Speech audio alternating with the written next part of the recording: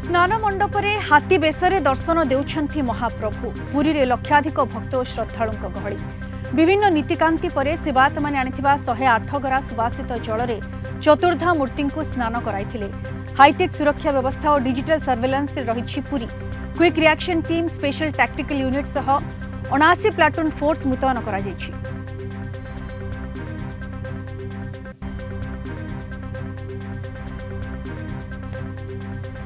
अधिक सूचना पाई सीधासलख आम सहित जोड़ी होइछंती हमर पुरी सीनियर रिपोर्टर शैलेंद्र आचार्य। शैलेंद्र, आज दिन तमाम आम देखिथिलु किभଳି भाबरे स्नान मंडप को आसीथिले महाप्रभु, तापरे स्नान करिथिले, तापरे गजानन बेसरे दर्शन देथिले, एबे मध्य गजानन बेसरे दर्शन देउछंती। एबेर स्थिति आपण कोन देखुछंती? केते भक्त एबे भी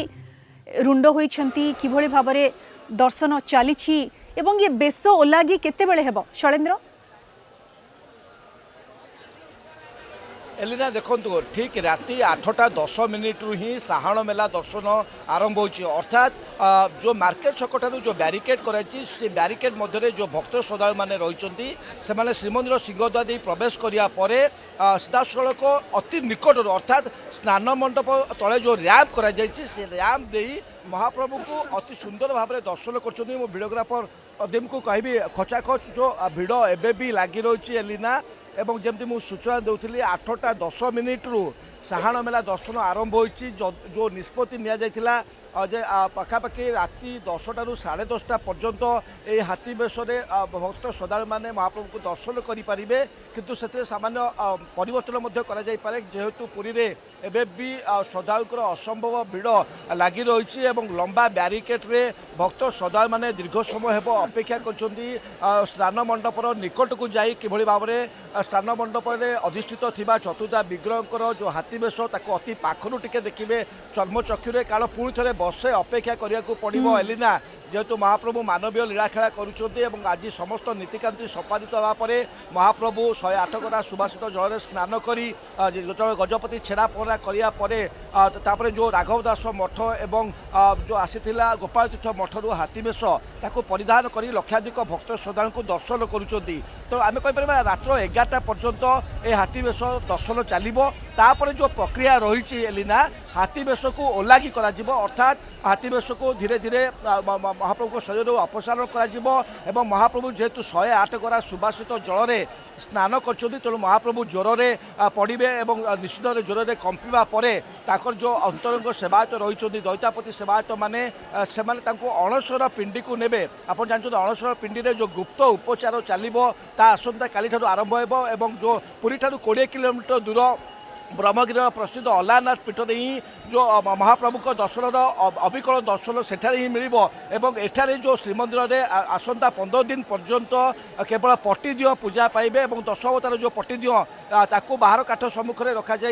एवं जो भक्त मैंने श्रीमंदिर को आसबे से महाप्रभु को दर्शन करें नहीं, कारण महाप्रभुंर गुप्त उपचार चलो। किंतु ता पूर्व जो शेष सुजोग रही वर्षक पर जेहेतु आज महाप्रभुंर जन्म उत्सव पवित्र ज्येष्ठ पूर्णमी में महाप्रभु बर्तमान दुर्लभ हाथी बेस गजानन बेस दर्शन देउछंती। जेहेतु राति 11टा पर्यंत एलिना ए दर्शन व्यवस्था लगी रहिबो, तेणु कौन भक्त श्रद्धालु ए सुजोग को हाथ छड़ा करने को चाहिए नहीं एवं किभଳି भाव चाहिए समस्ते महाप्रभु को अति निकट अर्थात स्नान मंडप तलू दर्शन करेंगे। स्नान मंडप भितर कथा को कहवा सेठी विभिन्न जो सेक्टर कर वरिष्ठ और अभिज्ञ पुलिस अधिकारी माने उपस्थित रही जहाँफल कि एकपाखिया बर्तमान आप चलिए देखुवे जो श्रद्धालु माने जो कीर्तन चक्र पशिया से गोटे पार्श्व दे दर्शन कर स्नान मंडप चतुर्था विग्रह को एवं पुरी थे उत्तर द्वार दे केवल प्रस्थान करुँच। तो ये प्रक्रिया आसंता राति 11टा पर्यंत चलो और तापर महाप्रभुंर बेस ओलागिर जो प्रक्रिया रही से प्रक्रिया आरंभ हो। लीना बिल्कुल शैलेंद्र, जमती आपण सूचना देउछंती राति 11टा पर्यंत ई साहाण मेला दर्शन चलिबो। एभଳି भाबरे गजानन दुर्लभ गजानन बेसरे दर्शन देबे महाबाहु। शैलेंद्र, जुगे जुगे भक्तर भावना पाखरे सबु बेले बंधा पड़िछंती भगवान एवं ये मध्य कुहा जाय पारे शैलेंद्र ये आउ गोटे निदर्शन देखा मिलूँ जेहेतु एते भक्त एकाठी होइछंती भगवान बा शीघ्र किभଳି भाबरे पळाइबे सेहिथिपई बोध हुए भगवान आहुरी राति 11टा पर्यंत अपेक्षा करुछंती जे भक्त आउ टिके मन पुरई देखि नियंतु एवं तापरे अन्य सब नीतिकांति हेब ये शैलेन्द्र ये आम जमी आलोचना करुले भगवान एवं भक्तर अपूर्व मिलन दिन तमाम आपड़ देखिं अपूर्व मिलनर दृश्य कौन सब चित्र आपण मन को भी आंदोलित करथिला जे प्रकृत में भक्त जितेबाला भगवान को दर्शन करुच्ची मन में कौन भावना आसुची शैलेन्द्र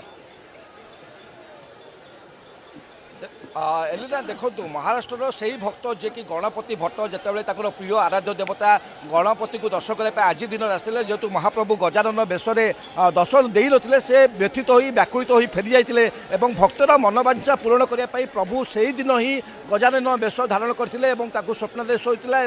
गणपति भट्ट आसिक महाप्रभु को यही स्नान वेदी उपर जदिव यह पूर्व एक काष्ठ मंडप था परवर्ती समय स्नान मंडप निर्माण कराई से आराध्य देवता को से ही दर्शन करते तेणु जड़े भक्तर मनोवांछा भक्त महाप्रभु किभली बुझीपारती आप अनुमेय कर जो लक्षाधिक भक्त श्रद्धालु विभिन्न मनोवांछा विभिन्न आशा आकांक्षा नहीं आसुंच जेहेतु द्वादश यात्रा मध्य सर्वश्रेष्ठ यात्रा जो महाप्रभुଙ୍କର विश्व प्रसिद्ध रथयात्रा ये हूँ आद्य पर्व ज्येष्ठ पूर्णमी महाप्रभुଙ୍କର जन्मदिन तेणु यही दिन में लक्षाधिक भक्त श्रद्धालुଙ୍କର जो मनोवांछा मनस्कामना पूर्ण करने ही महाप्रभु एभली मानवीय लीलाखेला करुँचे गाधौंट ज्वर में पीड़ित होती आयुर्वेद पद्धति में गुप्त उपचार चलुची से पुणी थे नवजौवन बेशरे पुणी थे अगणित भक्त श्रद्धालु को दर्शन देवे आज सबू भक्त व्याकुलित होती आंदोलित होती एवं सीधासख महाप्रभु सहित स्नान मंडप जेहतु महाप्रभु निजे विराजमान अच्छा सहित भक्त सीधासख कथा होची मनर कोह मनर दुख मनर व्यथा मनर वेदना महाप्रभु को जनाऊँचे सबकि समर्पण करी किभली भाव में जो संसार आम जीवन यापन करुचे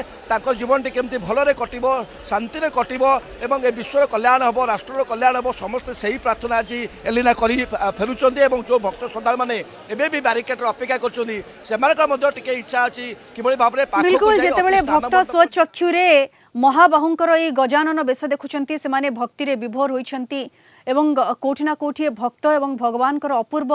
मिलन होइछि जोंथि पई भगवान मध्य आउ किछि समय अपेक्षा करिसेंती आउ किछि समय अटकी जाइछंती राति 11टा जाए ई साहाण मेला दर्शन चलिबो एवं ता परे भगवानकर जो गजानन बेश ओ लागि करा जिवो बहुत बहुत धन्यवाद शैलेन्द्र विस्तृत भाव में आपनको सूचना पाई।